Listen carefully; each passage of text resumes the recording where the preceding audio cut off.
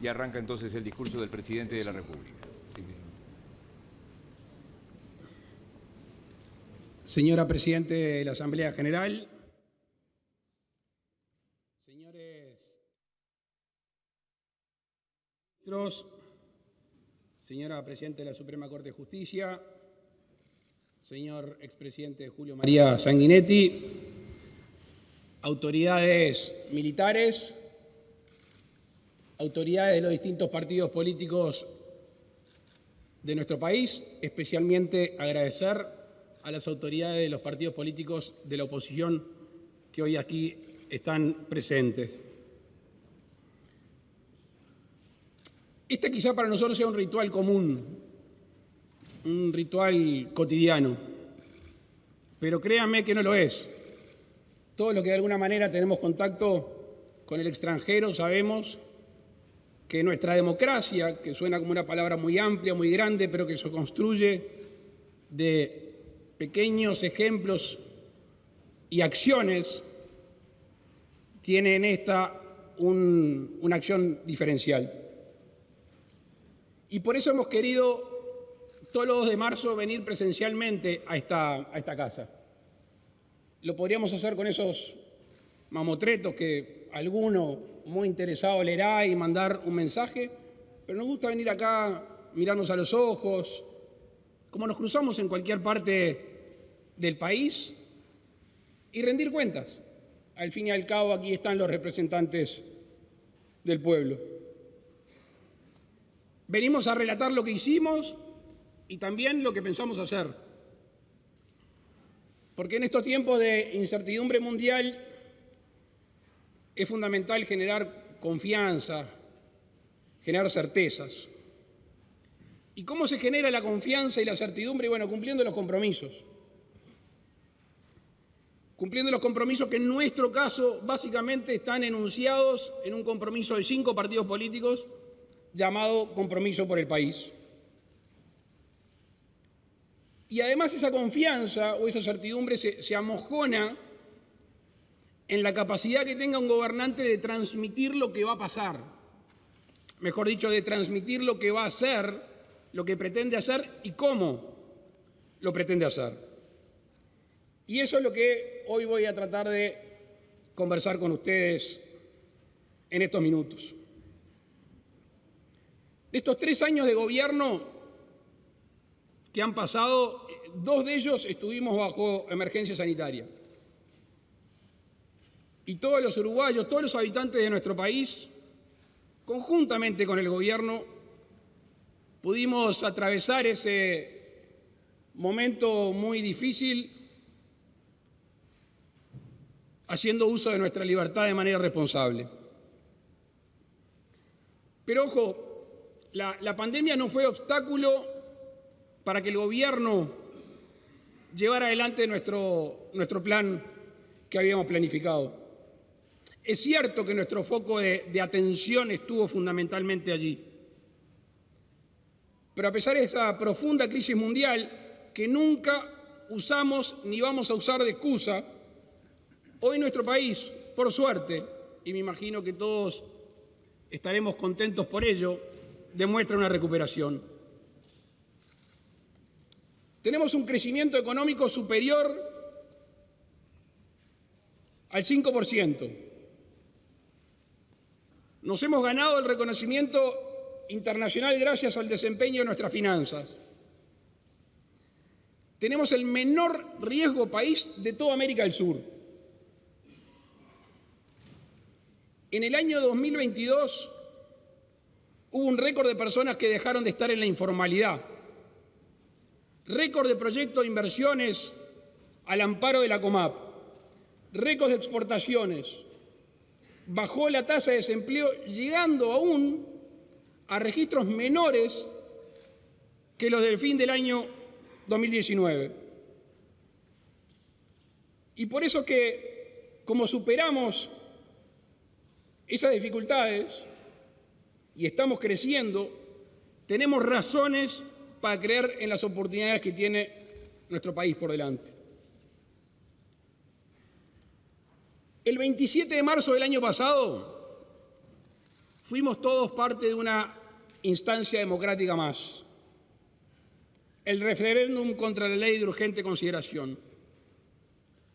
Una ley que fue, como siempre dijimos, pensada porque recibíamos insumos a lo largo y ancho del país y para los uruguayos.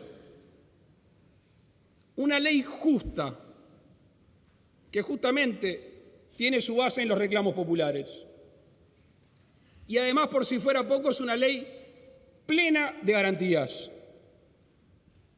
Una ley, y ustedes lo saben mejor que yo, que tuvo un larguísimo proceso de análisis y un proceso de discusión. Se recibieron aquí entre la Cámara de Senadores y la Cámara de Diputados más de 190 delegaciones. Hoy han pasado más de 2 años y 7 meses de vigencia y lejos, por suerte, lejos quedaron atrás los relatos de los perjuicios que generaría. Más bien redundó en beneficios para la gente. Ya ha quedado atrás, por suerte, las amenazas de abuso policial, del desalojo exprés, de la privatización de la educación, del daño a las empresas públicas, y podríamos seguir. Y como decía, ha generado beneficios. Días atrás nos enterábamos todos de un nuevo récord. Que uno le pone número, pero estamos hablando de vida, estamos hablando de corazones. 151 niños adoptados en el año 2022. Generamos una dirección específica para atender un flagelo de parte de nuestros compatriotas, como aquellas personas que viven en asentamientos. La ley marcó un respeto a los uruguayos con la regla fiscal. Y algo que parece menor, pero era un reclamo muchas veces, era y es que el trabajador pueda disfrutar y ejercer libremente su derecho tanto al trabajo como al paro, sin que uno restringiera al otro. Por si fuera poco, esa ley fue puntapié inicial de 2 reformas impostergables. La reforma de la Seguridad Social, que está aquí en discusión en esta casa, y la transformación educativa. Hoy, señoras y señores, estamos fortaleciendo los cimientos de nuestro país, pensando mucho más allá que en este quinquenio, porque la asunción fue trabajar con responsabilidad del Uruguay de hoy, pero dejando políticas claras o continuando políticas claras que marquen el camino del futuro de nuestro país. Y si hablamos de futuro y pensar en él, es hablar de educación. Es hablar de la educación de nuestros niños, adolescentes y jóvenes. No quiero hablar de estadísticas porque todos las conocemos. Y todos, de alguna manera, los que estamos acá, nuestros partidos políticos, hemos enunciado la necesidad de la reforma en la educación. Nosotros nos hemos comprometido a dejar de lado los discursos y pasar realmente a la acción. Y quiero destacar la participación de docentes que tomaron las experiencias exitosas, muchas de ellas en nuestro país, o la gran mayoría en nuestro país, y por supuesto las sugerencias técnicas. Se elaboró una nueva forma de enseñar que tiene que estar adecuada a los tiempos que corren. Todos sabemos que el problema está de los dos lados. Lo que se enseña, que muchas veces está alejado de la realidad, y por otro lado, que los niños, los adolescentes y los jóvenes y sus familias no creen, no ven en la educación una herramienta de superación. Y por eso tenemos que salir de la zona de confort. Yo sé que cuesta. Todos de alguna manera tenemos algo de conservador porque viene de conservar. Pero si de tanto conservar ya no solo se conserva, sino que nos atrasamos, es obligación salir de la zona de confort.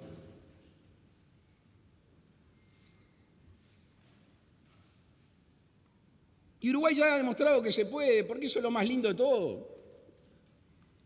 Recordemos lo que sucedió con la educación durante la pandemia.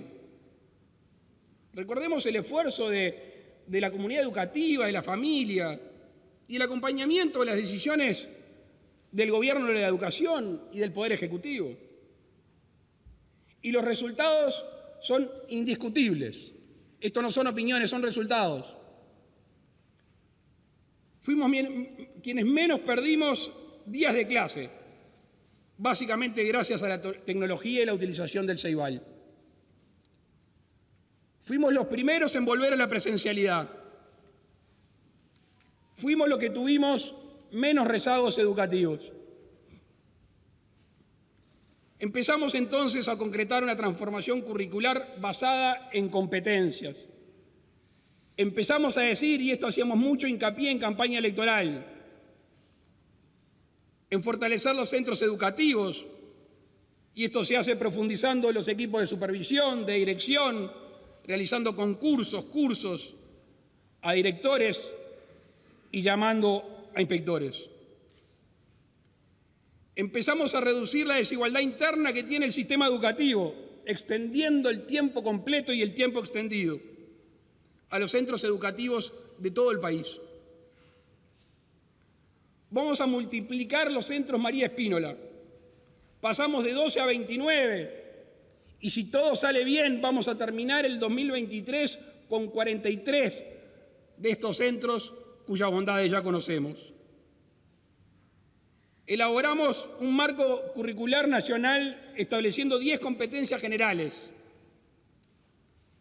Se estableció el nuevo Plan de Educación Básica Integrada de a 3 a los 15 años. Se aprobaron nuevos programas y un nuevo reglamento de evaluación. La transformación educativa se propone algo que reclamábamos al gobierno anterior y que sé que también puede ser un proceso traumático para algunos, pero es la permanencia de los docentes de manera efectiva durante 3 años en un centro educativo. Sabemos que la rotación del docente no solo le genera inseguridades, sino que pierde tiempo, sino que además no genera ese vínculo estrecho con los alumnos que es tan necesario. Se continuó cumpliendo con la oferta de tiempo completo, llegando a 390 escuelas y jardines. Durante el 2022 se aumentó y profesionalizó el sistema de alimentación escolar y se extendió ese beneficio a los liceos y a la UTU. Hoy hay 35.000 docentes que se están formando a través del Ceibal y ya han terminado su formación 19.000. No puedo hacer otra cosa que reconocer hoy aquí ante ustedes el enorme esfuerzo, dedicación y compromiso de la mayoría de los docentes de nuestro país. Durante el 2022 trabajamos para saldar una deuda histórica que teníamos con los docentes y por eso a partir de este año se reconocerá el título universitario en un convenio entre el Ministerio de Educación y Cultura y la ANEP. Al mismo tiempo, en un proceso de trabajo en conjunto, el Ministerio de Economía, la ANEP, el Ministerio de Trabajo y los sindicatos, se inició la recuperación salarial para docentes y funcionarios. Se terminaron las desigualdades históricas para funcionarios y docentes. Finalmente, señoras y señores, después de tantas veces enunciada durante tantos años, la transformación educativa está en marcha. En materia laboral, a casi 3 años de haber decretado la emergencia sanitaria, nuestro país se ha recuperado notoriamente. La tasa de desempleo es menor a la que había incluso antes de la pandemia. De nuevo, cifras. En el 2019 había 158.294 desempleados y en el 2022 141.326. 17.000 hombres y mujeres que hoy ya no están desempleados. El número de trabajadores de seguro de paro disminuyó, tuvimos un aumento enorme durante el 2020 y el 2021. El promedio del 2022 fue de 46.000, mientras que en el 2021 superaba ese promedio de los 61.000. La tasa de informalidad, esto es un dato, no sé si muy curioso porque en algunos otros países del mundo pasó, pero en el 2019 era del 25%, hoy es del 21%. La respuesta que es que los uruguayos, los trabajadores uruguayos, sintieron que estando cerca de la ley, cerca de las normativas, estaban más amparados en un momento tan frágil como fue la pandemia. En otros países, la curva empezó a crecer nuevamente. No ha sucedido lo mismo hasta el momento, según estoy informado, de vuelta a la informalidad. En el Senado, aquí en esta casa, se está tratando la reglamentación del artículo 57 de la Constitución, que es la personería jurídica de las organizaciones sindicales. Yo creo que eso va a generar un funcionamiento mucho más garantista. El año pasado alcanzamos un convenio con el sector público que está firmado para la recuperación del poder adquisitivo. Y este año será fundamental en la recuperación del salario para el sector privado. No quiero dejar pasar por alto la creación en el año 2022 de cerca de 40.000 puestos de trabajo. Para que se haga una idea, el total de personas empleadas a fin del 2022 supera en 30.000 las del año 2019.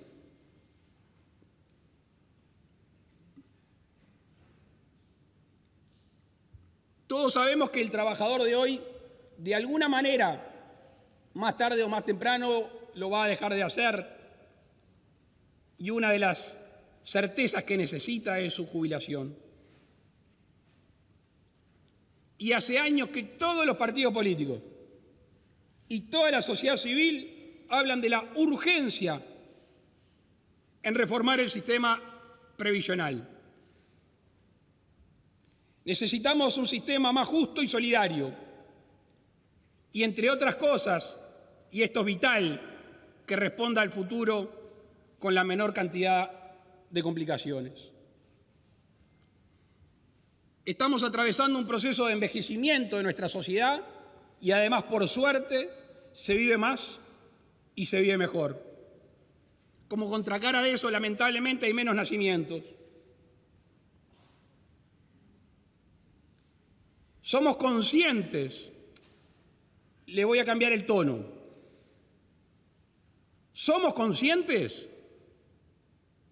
que la automatización, la rotación de los puestos de trabajo durante la vida laboral, las nuevas formas de contratación y los trabajadores por cuenta propia aumentarán. Uruguay ya está transitando estos cambios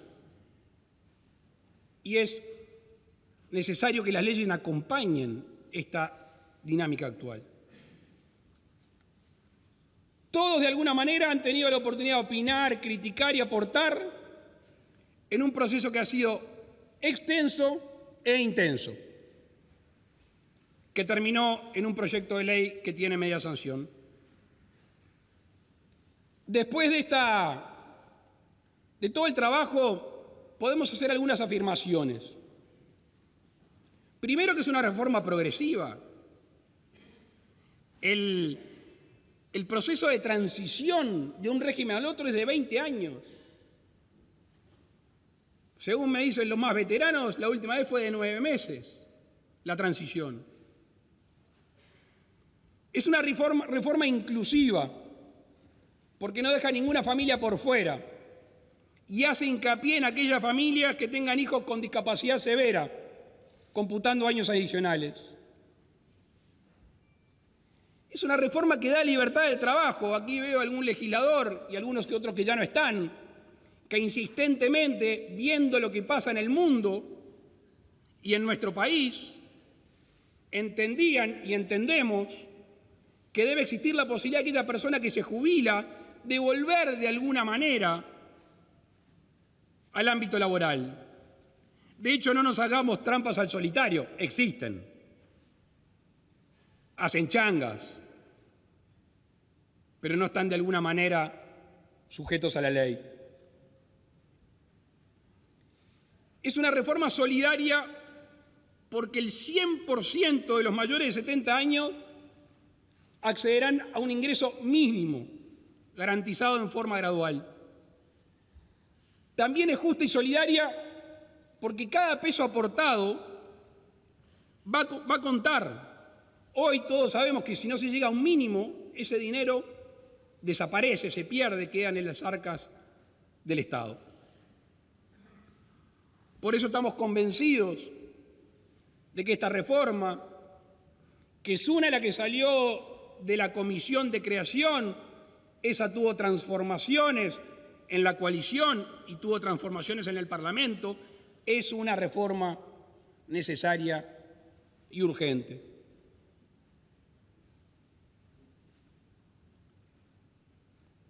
Con respecto a la seguridad ciudadana, sigue siendo un tema importante en la vida de los uruguayos. Si bien los registros durante nuestro gobierno han mejorado sensiblemente, queda mucho por hacer. No los quiero aburrir con cifras, pero es bueno decirlas para no dejar los conceptos sobrevolando. Los hurtos, comparados con el 2019, descendieron un 18%. Las rapiñas, un 23,5%. Las denuncias a vigiato, un 40%. Todo relativo y comparado con el 2019.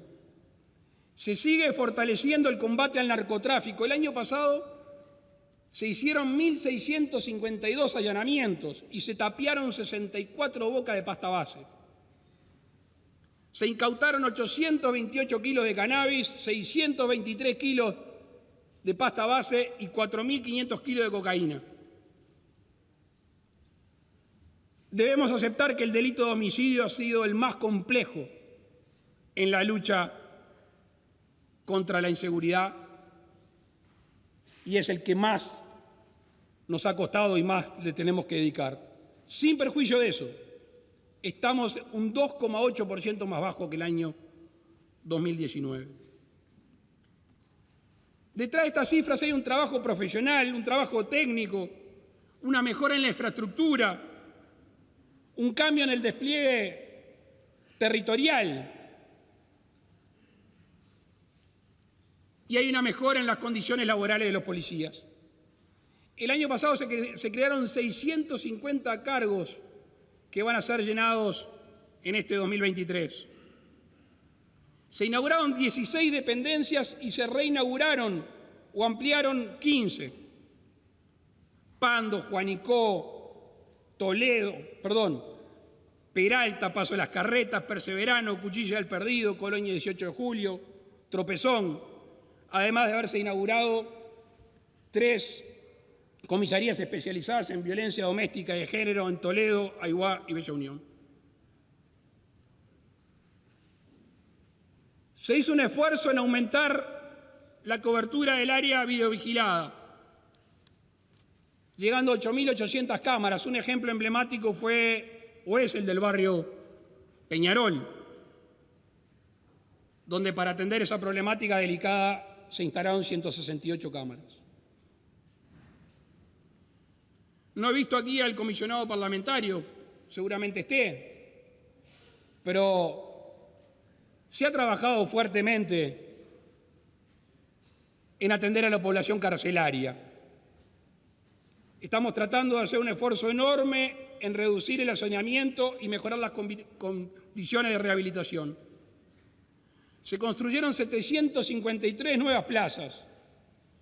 Se inició la construcción o remodelación de 913 y se trabajó en proyectos para otras 2.500 plazas para las personas privadas de libertad.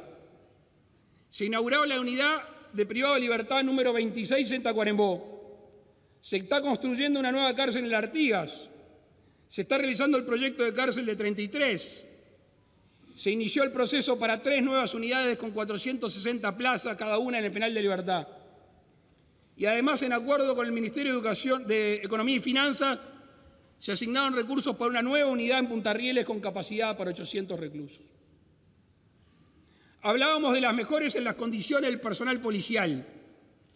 El año pasado, el Ministerio del Interior, con la Unión de Sindicatos Policiales, acordó el aumento de un 11,4% del sueldo mínimo de los policías ejecutivos y se privilegió el aumento a aquellos de salarios más bajos. Permítame hacer un reconocimiento en estos días tan complejos que han tenido de trabajo la Dirección Nacional de Bomberos, a todos y cada uno de los agentes de nuestro país que día a día están luchando denodadamente para apagar los incendios que están arreciando todo nuestro país.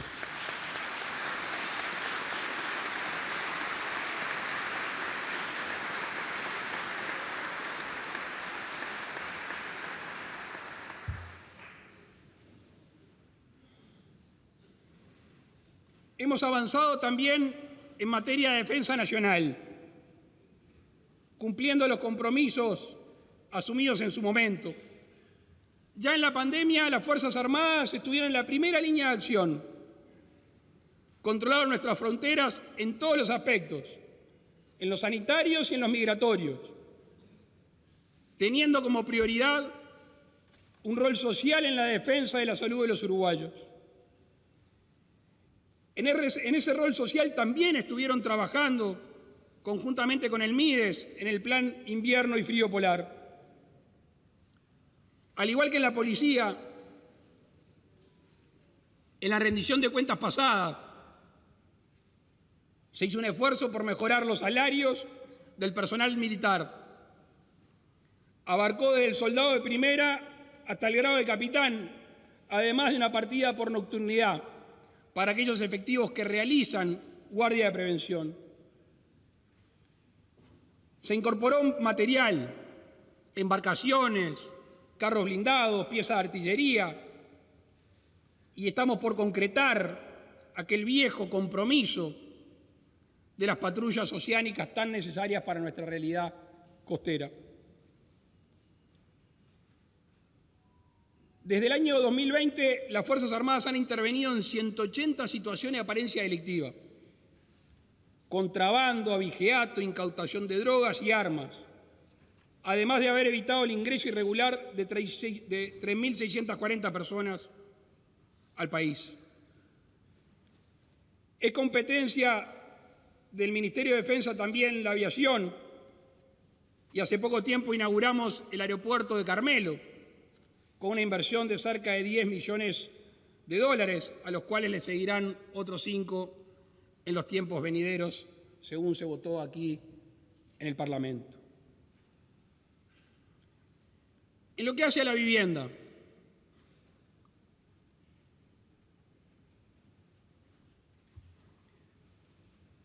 y discúlpeme si me olvido algún legislador, pero el senador Botana, el senador Camí, el senador Coutinho y legisladores varios de Cabildo Abierto han presentado iniciativas con respecto a los deudores del Banco Hipotecario. Quien habla tiene... ¿Me olvidé de alguien? Bien. Quien habla asumió un compromiso durante la campaña electoral con este tema. Y es cierto, cuando algunos deudores me cruzan por ahí y me dicen que todavía no hemos aportado la solución. Y es cierto que ha pasado el tiempo. Y mi respuesta es, serena y tranquilamente, que el paso del tiempo solo ha sido para tener una mejor solución y una solución que sea más abarcativa. En las próximas semanas vamos a tener noticias formales al respecto. En marzo del 2020, aquí mismo anunciamos que la vivienda popular tendría prioridad en nuestra gestión y que una de nuestras mayores preocupaciones eran y son las personas que viven en condiciones precarias y no pueden acceder a una vivienda. En mayo se lanzó el Plan Avanzar, destinando una inversión de 480 millones de dólares, siendo la mayor inversión que cualquier administración haya hecho antes en políticas dirigidas a los asentamientos. Este plan va a dar solución a 15.000 hogares y cerca de 50.000 personas. Y no saludé a los intendentes, que sé que están por acá. Les voy a pagar el asado que les prometí. Porque hoy hay obras anticipadas en Paysandú, Cerro Largo, Tacuarembó, Florida, y de diciembre comenzaron en Flores, Río Negro, Rivera y Maldonado. Y esto es posible gracias al trabajo de los intendentes, al trabajo del Ministerio de Vivienda, de la ANB, de MEVIR y el apoyo de la Presidencia de la República. Durante el 2022, MEVIR ejecutó 40 planes y además realizó 80 obras de infraestructura comunitaria y productiva. La ley de vivienda promovida, que modificamos, o mejor dicho, derogamos 2 decretos cuando asumimos el gobierno, uno el 2014 y otro el 2017, tuvo el año pasado 3.579 viviendas nuevas. Se lanzó el programa Sueños en Obra, que tiene una ilusión y una vocación descentralizadora. Hoy tenemos 37 proyectos ingresados que suponen 1.800 viviendas, y cuando uno ve el mapa es en distintos departamentos del país donde quizá otras ofertas no habían llegado. Y en correlación de esto, tenemos la mayor cantidad de empleados en la construcción desde el año 2014 y ha ido en ascenso. Por otro lado, el MIDES ha continuado la profundización de sus políticas orientadas a una mejor presencia en los sectores más vulnerables.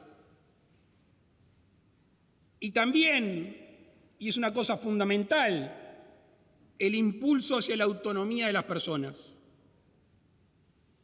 Como anunciamos el año pasado, se amplió la cobertura a la primera infancia y al 1 de diciembre del año pasado se atendieron 63.395 niños en 560 proyectos. Se realizaron 10 aperturas de centros CAIF y una casa comunitaria. Y se encuentran próximos al inicio uno en el barrio sur de Montevideo, uno en Mercedes y un espacio para estudiantes en Florida. Y hay 16 llamados que próximamente se van a hacer.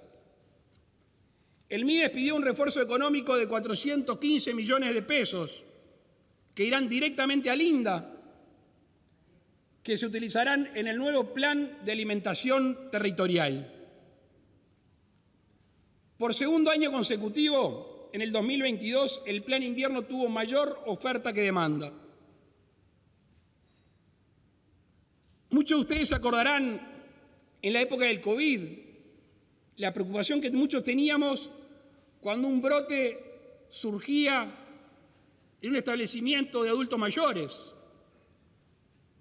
Y atrás de eso vino el reconocimiento de que muchos de ellos funcionaban de manera irregular.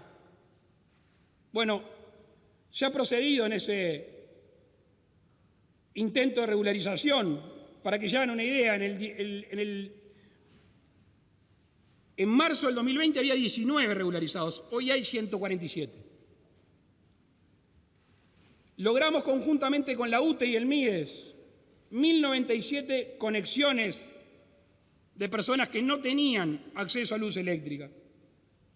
Hay 140.000 hogares que se beneficiaron con una tarifa con descuentos entre el 80 y el 90%. Se aumentó el 50% en recargas de garrafas o supergas, accediendo a este beneficio 135.000 personas. Para niños de 0 a 6 años reforzamos un 70% de las asignaciones familiares del Plan de Equidad. Inauguramos la ciudad universitaria Jorge Larrañaga. Mire, yo valoro mucho algo que decía al principio del capítulo del MIDES, que son las oportunidades de superación. Que obviamente no todos las pueden alcanzar, pero hay que estar ahí para sugerirlas, para promocionarlas, para que estén al alcance. Y quiero mencionar tres. El primero es el programa Accesos, que era un programa que tiene otro nombre, se cambió la configuración y además casi que se duplicó los ingresos que recibían los beneficiarios, de 11.000 a 19.000 pesos. La DINALI, que ahora está bajo el MIDES, ha alcanzado su máximo histórico de registro de oportunidades laborales en simultáneo. Casi 400 exreclusos están beneficiándose o se beneficiaron al mismo tiempo de esa oportunidad laboral. Y algo que ha pasado por abajo del radar, pero para mí es de las cosas más importantes de impulso de oportunidades, es la eliminación del tope de ingresos para mantener las asignaciones familiares del Plan de Equidad y poder al mismo tiempo trabajar. ¿Cuántas veces escuchamos gente que nos decía, si empiezo a trabajar me quedo sin la asignación? 20.000 hogares se han beneficiado hasta el momento de este tope. El calor del Estado y al mismo tiempo el esfuerzo personal.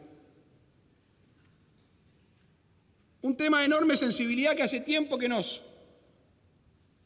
preocupa es la salud mental y realizamos acciones concretas. ACE, por ejemplo, creó vacantes de licenciados en psicología especializados en el uso problemático de sustancias. Se llegaron a cubrir 2.894 horas mensuales.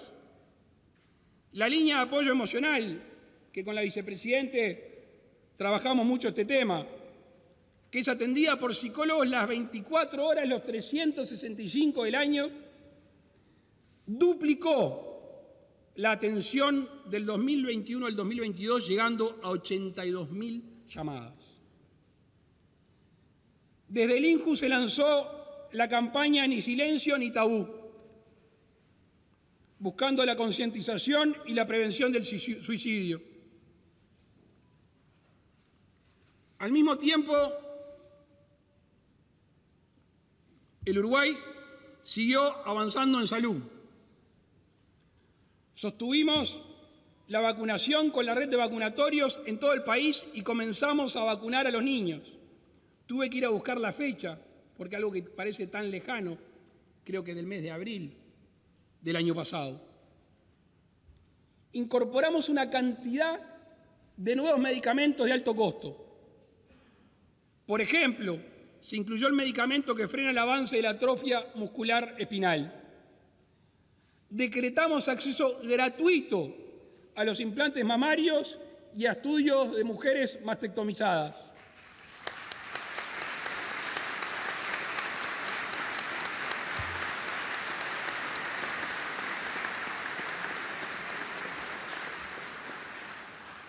Se habilitó el IMAI cardiológico de Tacuarembó.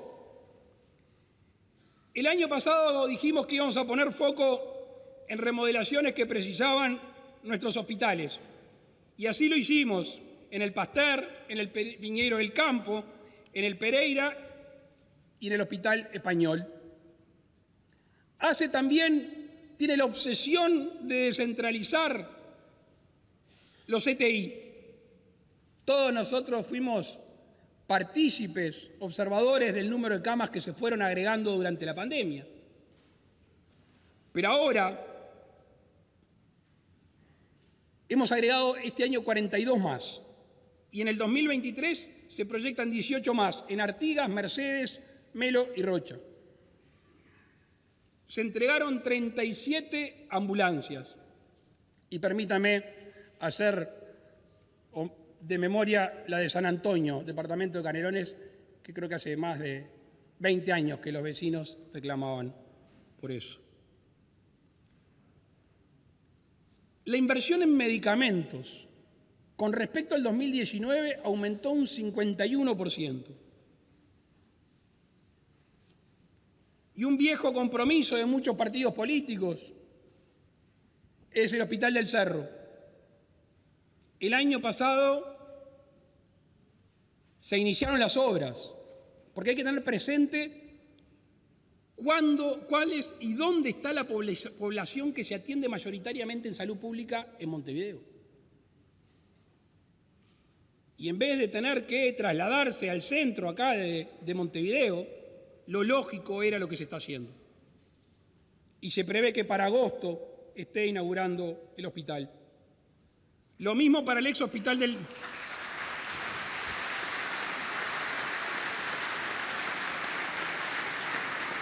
a ser un poquito más largo que otra vez. Lo mismo que para el ex hospital del Filtro, cuya inauguración se prevé para octubre. En materia de medio ambiente, se va a destinar una cifra importante en el cierre de vertederos en todo el país, cerca de 16 millones de dólares. Y el Uruguay ha sido partícipe y creador de un bono verde. Es el único en su especie. Hay similares. Y esto yo lo quiero decir con mucho orgullo. No sé si está aquí Adrián Peña. Yo veía las reuniones entre el Ministerio de Vivienda, el Ministerio de Ambiente, el Ministerio de Economía, el Ministerio de Industria, el Ministerio de Ganadería, reuniones que naturalmente tenían una tensión.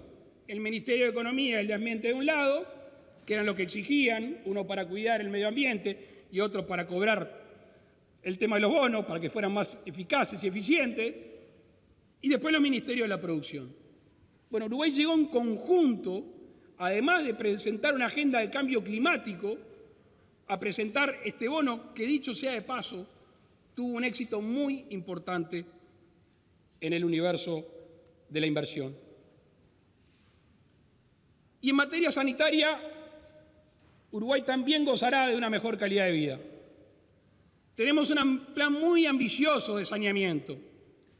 Esta primera etapa, en la cual se destinarán 284 millones de dólares, va a llegar a 61 localidades del interior del país. Tomás Gomenzoro, Bichadero, Quebracho, Aiguano, Berlín, San Bautista, Nueva Albesia, y podríamos seguir enumerándolas. Con una inversión de más de 200 millones de dólares, se va a realizar la obra más grande de los últimos 150 años en infraestructura de agua potable. El proyecto Arasatí ya fue aprobado y se está iniciando el proceso de licitación.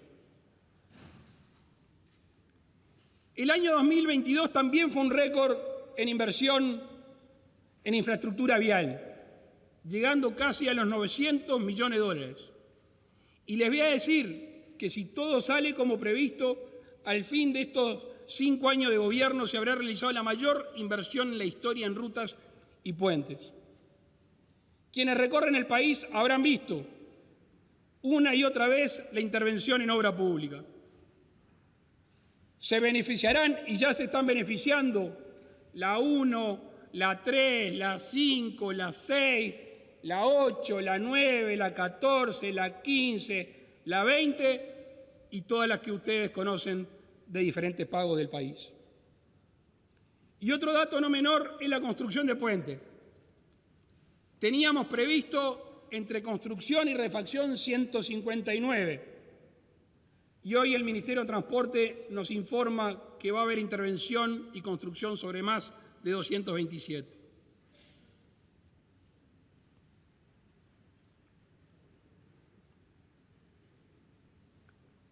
En lo que hace a las energías renovables, nuestro país tiene un camino recorrido que lo sitúan en un lugar de privilegio en el mundo. Políticas nacionales que no son nuevas, que tienen su anclaje en algún texto legal que quizá en su momento nos tuvieron en distintos lugares, pero que todos de alguna manera hemos aportado a la realidad que hoy tenemos. Y hoy estamos ingresando en la segunda transición energética. Y en este proceso se inicia la descarbonización, lo que significa eliminar progresivamente la producción de energía en base a combustibles fósiles. Hemos comenzado a trabajar en la movilidad sostenible. Estamos fomentando la importación de vehículos eléctricos e incorporando también unidades en el transporte público. Uruguay está en condiciones hoy de producir hidrógeno verde y transformarlo en un nuevo producto de exportación. Según los análisis técnicos, esto podría generar más de 30.000 puestos de trabajo y para el 2040 exportar cerca de 2.100 millones de dólares. Pero vamos a no irnos tan lejos, porque la convocatoria a proyectos ya está y pueden llegar a estar operativos a partir del 2024. Nuestro país ha trabajado mucho en temas de innovación.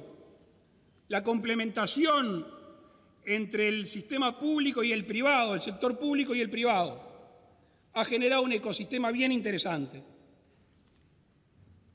Y queremos anunciar la creación de un laboratorio abierto con la empresa Microsoft, con desarrollo de inteligencia artificial e Internet de las Cosas, que se va a instalar próximamente en el LATU. Para que se hagan una idea, es el tercero de estos laboratorios en el mundo que se instala afuera de los Estados Unidos de América.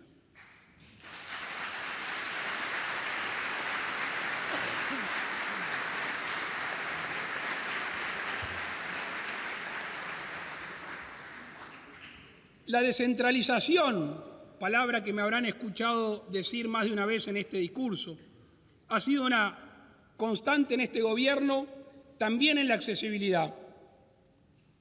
Antel cubrió el 94% de los centros educativos con banda ancha en el marco del Ceibal.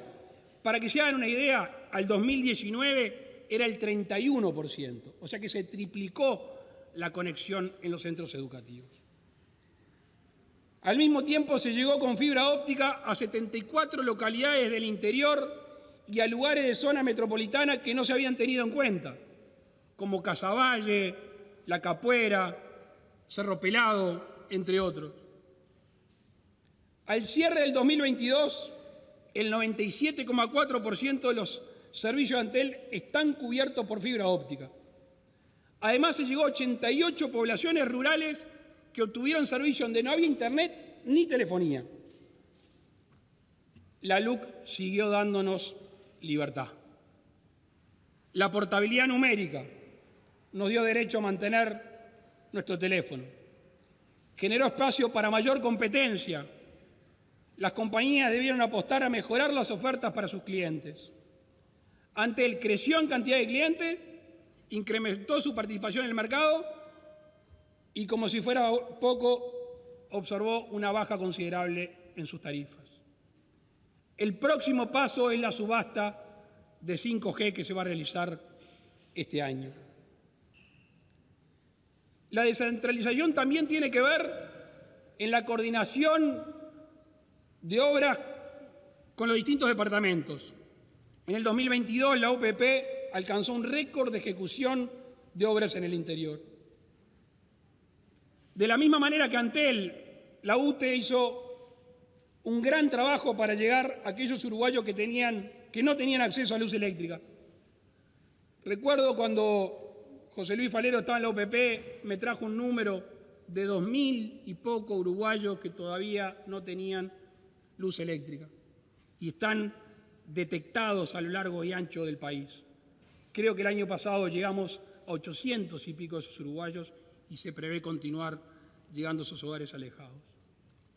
La UTE pretende una inversión de 230 millones de dólares este año.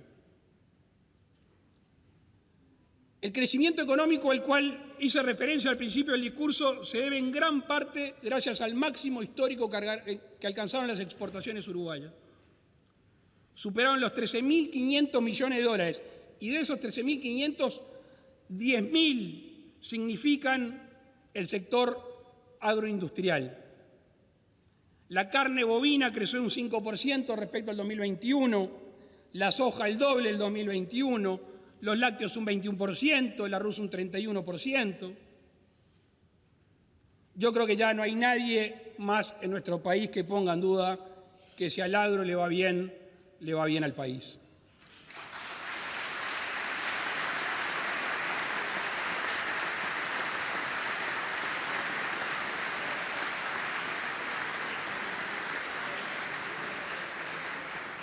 Nuestro gobierno va a estar para dar soporte a esa familia rural que debe enfrentarse a condiciones climáticas impredecibles, como la sequía que estamos padeciendo en estos meses.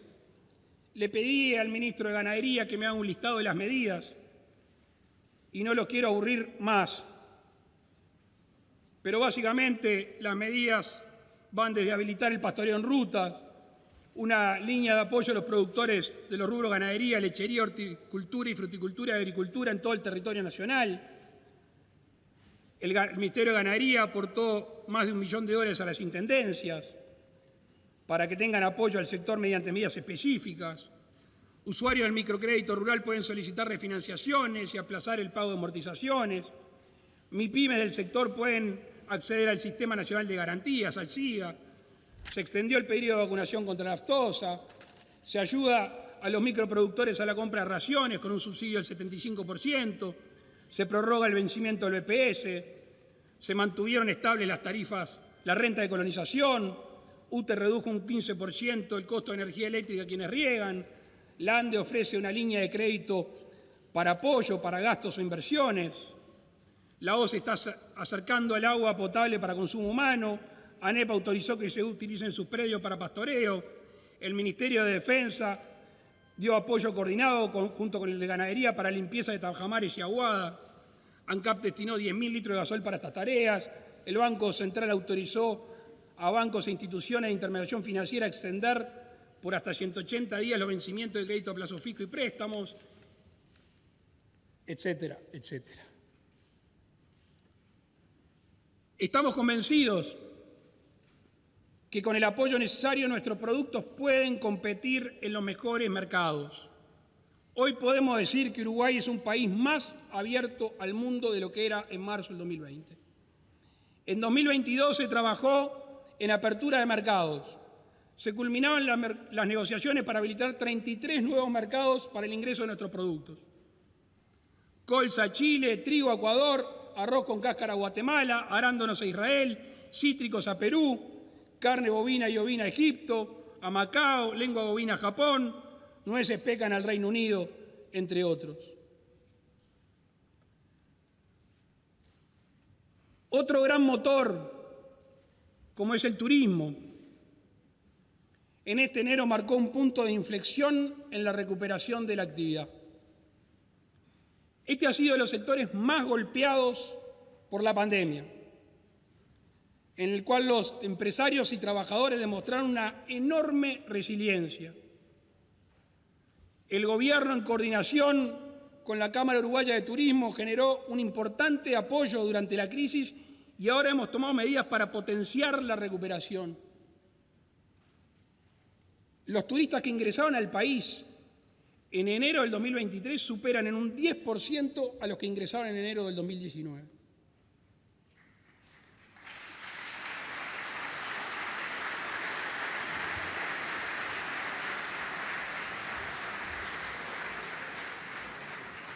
Como comprometimos en la campaña electoral, estamos haciendo todo lo posible para que nuestro país esté más abierto al mundo y que alcance a firmar acuerdos comerciales que nos faciliten el intercambio de nuestros bienes y servicios.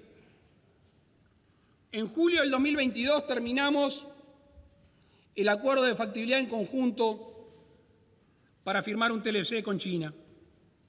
También en el 2022 presentamos la solicitud de adhesión al Transpacífico, al Tratado del Pacífico. Algo que quizá no ha sido muy difundido, pero es un acuerdo comercial importante en lo que hace a productos de nuestro país, es lo acordado con Brasil en materia de zona franca para desgravar inmediatamente del arancel externo común de todas las mercaderías incluidas en el acuerdo de complementación económica con ese país. Hace poco tiempo estuvo aquí el Nobel presidente de Brasil. Tuvimos una reunión que no solo fue de cortesía, fue de trabajo, con temas puntuales, con temas que hemos hablado aquí en esta casa con ustedes y se nos han reclamado. Podríamos separarlo en dos. La primera, referentes a obras. La hidrovía Las Lagunas, que es una obra enteramente a realizarse en territorio brasileño.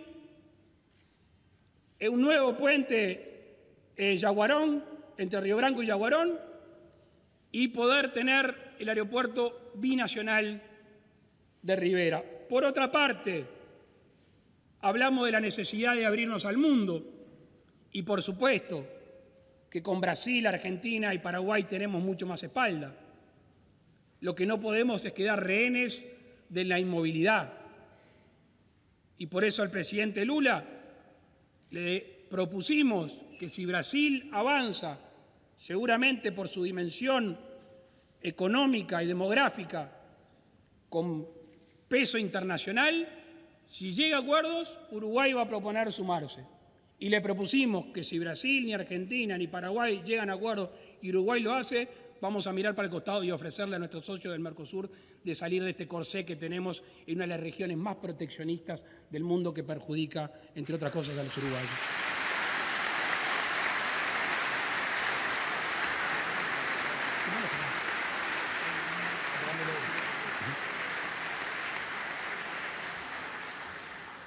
A lo largo del discurso he hablado del crecimiento económico, de un aumento del empleo, de finanzas equilibradas, del cumplimiento de metas fiscales, del apoyo creciente a los más vulnerables. Hemos demostrado que con dedicación, esfuerzo y respeto por el dinero de los uruguayos se pueden conjugar todas estas cosas. Hoy queremos anunciar otra acción más. A raíz de las pautas mencionadas, de las pautas anteriores, estamos en condiciones de proceder a una baja de impuestos.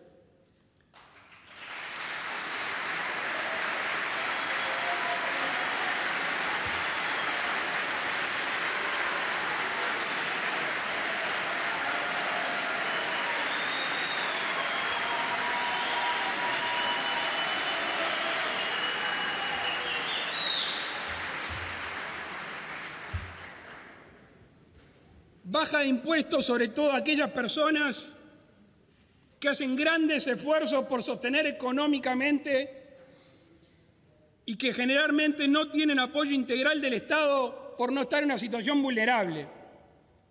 Para ser claro, abundan los ejemplos. Una empleada doméstica que tiene que trabajar en más de un lugar, un albañil, una maestra, un policía, un sanitario. De esa es la gente que estamos hablando. Todos sabemos el esfuerzo que realizan estos uruguayos para mantenerse a sí mismos y a sus familias. De hecho, el impacto mayor del ajuste fiscal del 2017 fue disminuir las deducciones que puede hacer una persona al pagar el IRPF. Por eso el primer paso es aumentar las deducciones con el foco principal en los trabajadores contribuyentes del IRPF de menores ingresos y con los trabajadores que tengan hijos a cargo.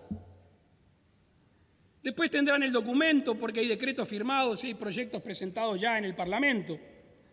Pero a modo de adelanto, se va a aumentar la deducción del 10% a 14% a aquellas personas con ingresos menores. Se va a aumentar la deducción por hijo de 13 BPC a 20 BPC, manteniendo la duplicación en caso de hijos con discapacidad. Se va a aumentar el tope del costo de la vivienda para poder acceder a la deducción del crédito hipotecario. Se va a aumentar el crédito por arrendamiento de 6 a 8%. Para que se hagan una idea, estos cambios en la deducción del IRPF van a beneficiar al 75% de los contribuyentes, mientras el 14%, cerca de 63.000 uruguayos, aquellos de menores ingresos van a dejar de pagar el IRPF.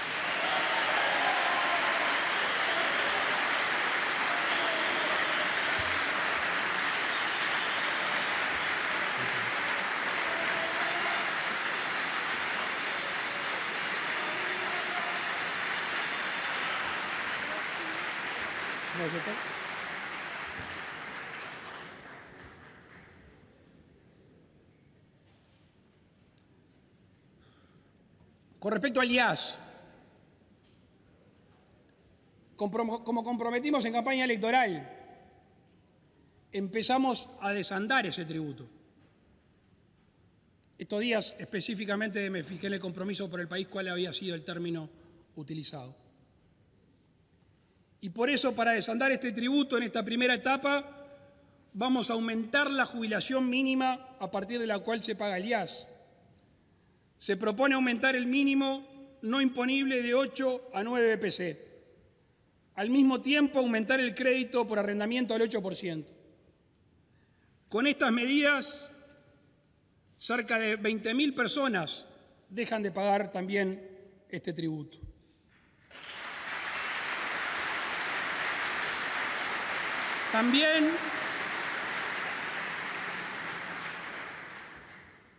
También estamos proponiendo un conjunto de medidas que profundizan los beneficios que hemos otorgado a las micro y pequeñas empresas. Reclamo de algunos de los miembros de la coalición. Estas empresas que constituyen el corazón del motor económico de nuestro país.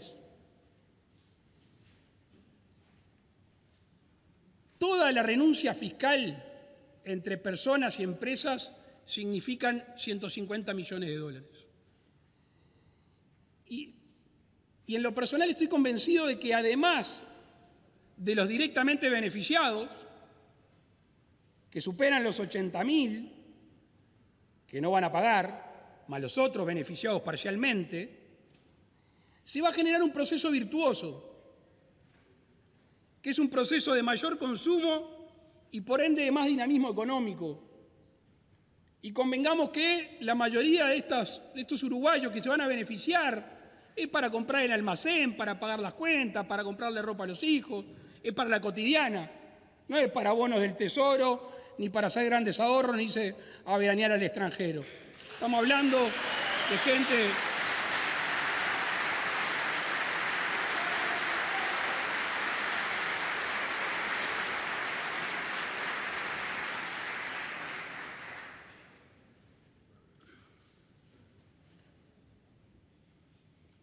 Entonces, hoy quedan 730 días de gobierno. Y hoy el gobierno viene aquí con la tranquilidad de estar cumpliendo lo que comprometió. Hoy podemos decir que el camino transcurrido es el correcto. Por supuesto que no ha estado exento de piedras y de complicaciones. Y además hoy con certidumbre le podemos decir al país todo que el camino a seguir está claro. Está claro a corto, a mediano y a largo plazo. ¿Estamos conformes? No, no estamos conformes. Quienes tenemos una profunda vocación humanista, quienes entendemos el individuo como el centro de toda nuestra tarea, no podemos estar ni satisfechos ni conformes mientras haya niños viviendo en la pobreza, mientras sigan habiendo familias viviendo de manera no digna, mientras hayan uruguayos que no pueden vivir de su trabajo, mientras falte un medicamento para tratar una enfermedad, mientras sigan existiendo actos de violencia, mientras no podamos soltar todo nuestro potencial porque el mundo no ha terminado de abrírsenos para así poder mejorar el trabajo de los uruguayos. ¿Cómo estamos? con la ilusión intacta. Con optimismo basado en la realidad y en los resultados obtenidos hasta el momento. Aquí está el gobierno, aquí estoy yo, como desde el 1 de marzo del 2020, para hacer todo el esfuerzo posible para que los uruguayos sean cada vez más libres, para que sean cada vez más prósperos y para que puedan vivir en una sociedad más justa y más solidaria. Nos vemos el año que viene. Muchas gracias.